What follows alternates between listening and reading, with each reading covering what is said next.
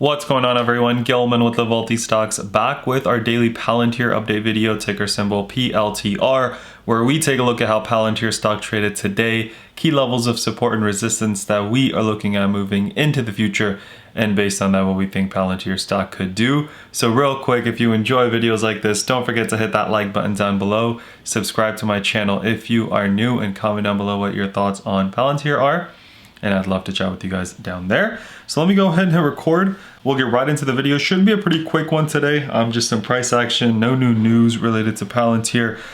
So nice small green day for Palantir, up almost 3% on the day. We'll take a look at this bull pennant forming later, but for now, let's get right into the price action for the day. So you take a look here, relatively kind of in between two levels, and we actually got above and made a new kind of level high, if you will.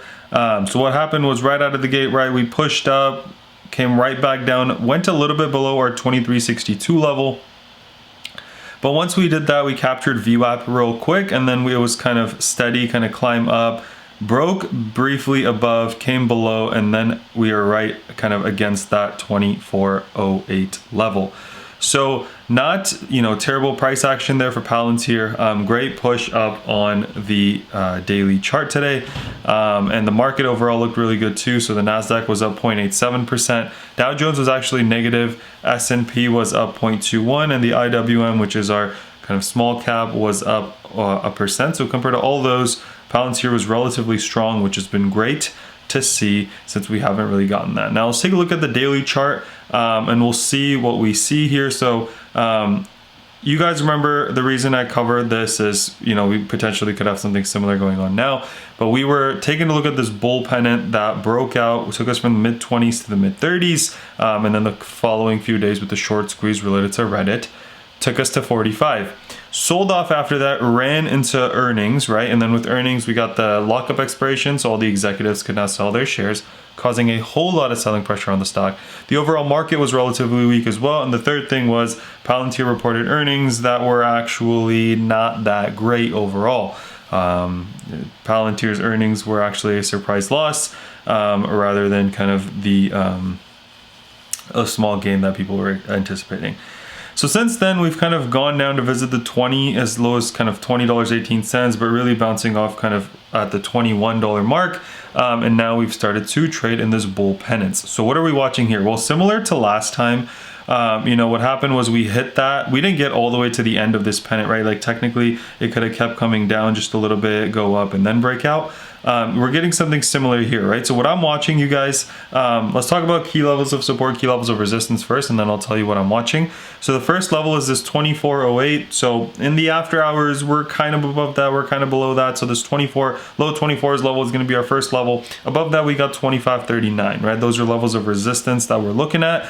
The key in this 25 level though is we've not been able to break it for a little bit, and when we have been able to break it, we struggle at the next level. So those two resistances coming up in the 2539 and 2682 are actually going to be, I think, pretty difficult for us to break through, and we're going to need some momentum, maybe a little short squeeze or something of that sort to get through those levels.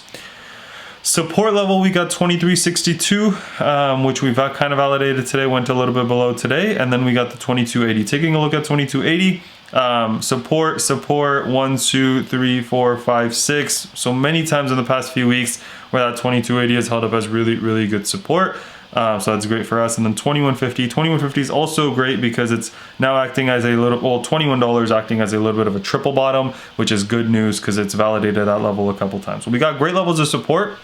The question now is, with this bull pennant, you take a look, it's kind of trading in a narrower range. So two things can happen. Either we go up to this tomorrow, get to the mid 24s, and then we kind of see what it does. If it gets rejected, that's not a bad sign, right? We come down a little bit, we consolidate maybe in the 23s, and then we get to the end of this and we break out.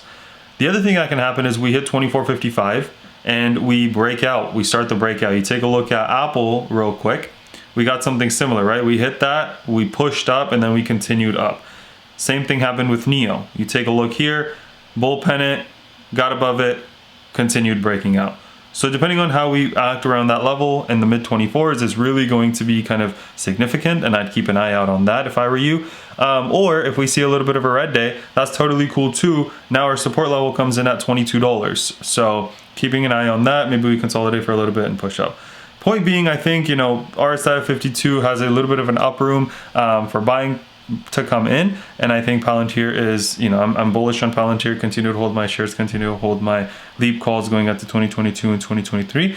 But I just want to, kind of share that with you guys. So what I'm watching is kind of that mid 24s just to see how it reacts, right? And I think that's really what's going to tell us what the next step for Palantir will be. Remember that I see a lot of upside in Palantir. If it gets to kind of the $30 mark, which I think we'll see, in relatively sooner, and then that's about 27% return. And then if it gets to mid 30s, that's about a 48% return, and $40 mark is a 68% return. That's on stock, not leaps or not options. So great return potential there. I think Palantir personally will get to at least kind of the mid 30s sometime in 2021, and that's a great return on your money.